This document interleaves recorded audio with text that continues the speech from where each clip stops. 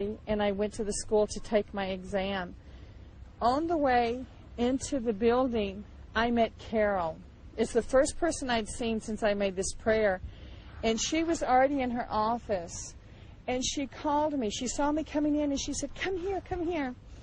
And I'm like, "No, I'm late for my test." She said, "Come here." And when I went to her, she said, "I want you to meet this person. They taught me everything I know about Islam." The imam of the masjid had come to the school that morning after Fajr. And, you know, whenever she said, "They taught me everything," I knew that was my answer, that God had sent him there immediately for me. And I told him, "I want to take my shahada. I want to take my shahada." He said, "Make the words now. Say, Ashhadu an la ilaha illallah, right now, because God only knows if you have life whenever you walk away from here." So I said my shahada, and I had the most unbelievable experience. I don't know if you've ever been chilled, like you're cold, and you get into some warm water, and you feel like a warming feeling it came all over my body. And it was like my blood stopped circulating. It's like it had been rushing. There was this energy in my body my whole life. At that second, I knew what my purpose in life was. I felt the peace for the first time. I felt actual, some kind of focus. And I knew that was Islam, and Islam was my way. And so, subhanAllah, that's how I took my shahada.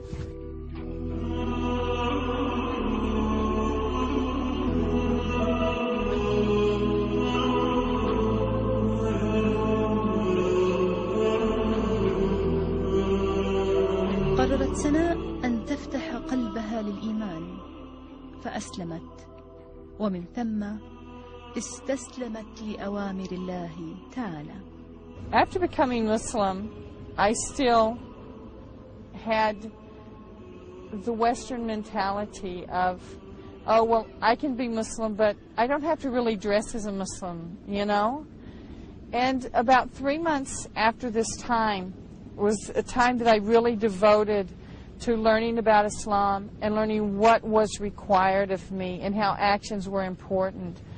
And my family was coming for my graduation at the university. And I knew that if they saw me without a scarf and without practicing Islam, that they would never accept me being a Muslim. They'd never accept me putting on a scarf later. So what I did is I came out for my graduation with my scarf on. It was the first time anyone at school saw me.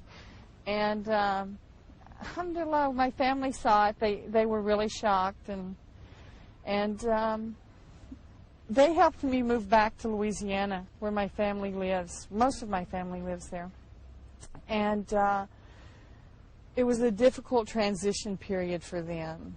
It was, imagine me going home. I'm wearing a scarf now. It's embarrassing to for the neighbors to see me. For them, they were very shy about it. But alhamdulillah, I asked my mother whenever she told me, "Please take the scarf off. It's an embarrassment."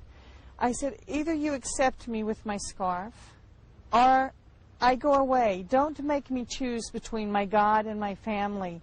Because Islam tells me to serve you and to be the best to you.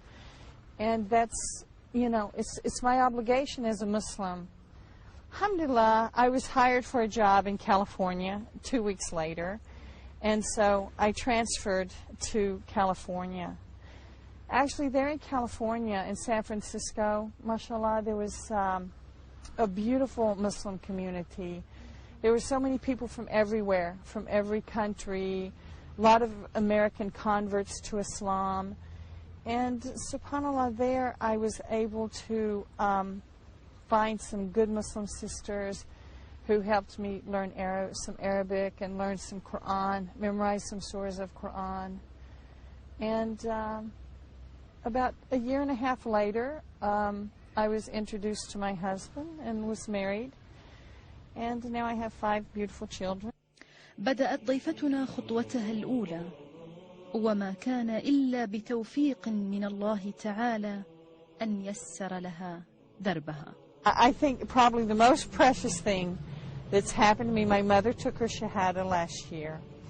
And I traveled back to the U.S. and spent 6 months with her. And alhamdulillah, Allah has really blessed her. That I used to make dua. When I first became Muslim, every time I bent my knees, I would say, oh Allah, just let her take Shahada. I think she's the best woman. I see how she sacrificed for each one of her children and devoted herself.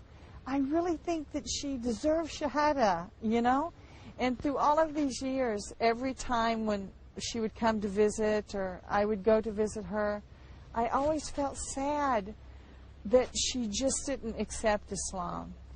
And subhanAllah, I saw the mercy when we went back last year. 2 years ago, she was diagnosed with lymphoma type B, and it's a rare form of cancer. And they tried to initiate chemotherapy, and I really wasn't happy about it, and I prayed about it a lot, and there was an abscess in her port, so they couldn't start the chemotherapy. So they did another port, and then she had a heart attack.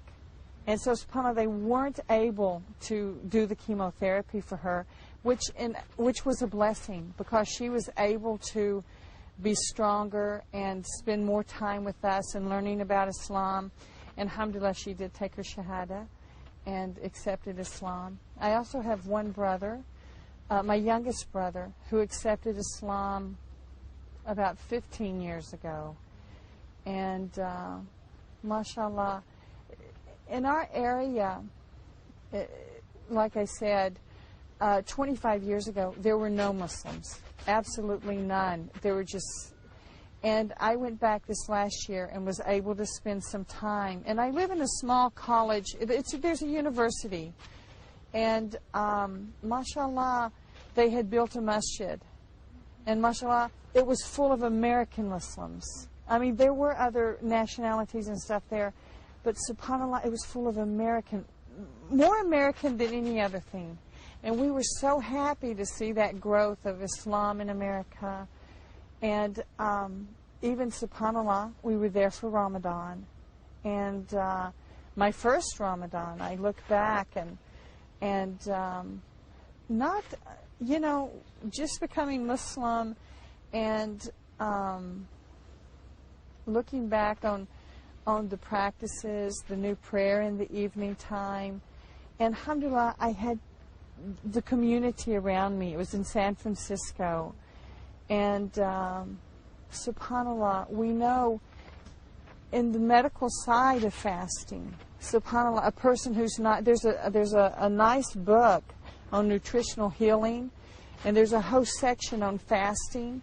And it talks about the benefits of fasting. It says if you're ill with like a virus or something, fast 3 days. And what's the sunnah of Rasulullah sallallahu alaihi wasallam? Fast 13th, 14th, and 15th of each month. This is if you have a small virus. If you have something that's a little bit, you know, more harsh on your body, then you fast for 10 days. And if you have a serious life-threatening illness, you fast for 1 month. SubhanAllah, this is what this book says, who's written by a non-Muslim. So subhanAllah, we see the benefits of fasting, and even that first Ramadan was it was difficult, because in the American concept of giving up food for a full day from sunrise to sunset was very difficult. No water, no food. But alhamdulillah, you feel after 3 days or 4 days how your body needed that rest, and subhanAllah, how you benefited from it. And also spiritually, how you gain from the month of Ramadan, subhanAllah. سناء ككل المسلمين أحبت الخير لكل أحبائها كما أحبته لنفسها. We had talked, you know, it's like I tell you, we bent our knees, and not only me, my children also prayed for their grandmother, that, you know, and my mother's been in the hospital for about 2 years, where she wasn't released, where she's been kept in the hospital. And we called her one evening. It was her birthday. And even though we don't celebrate birthdays, it was her birthday, and she celebrates, and she's lets everyone know. And I said, Mother, what would you like?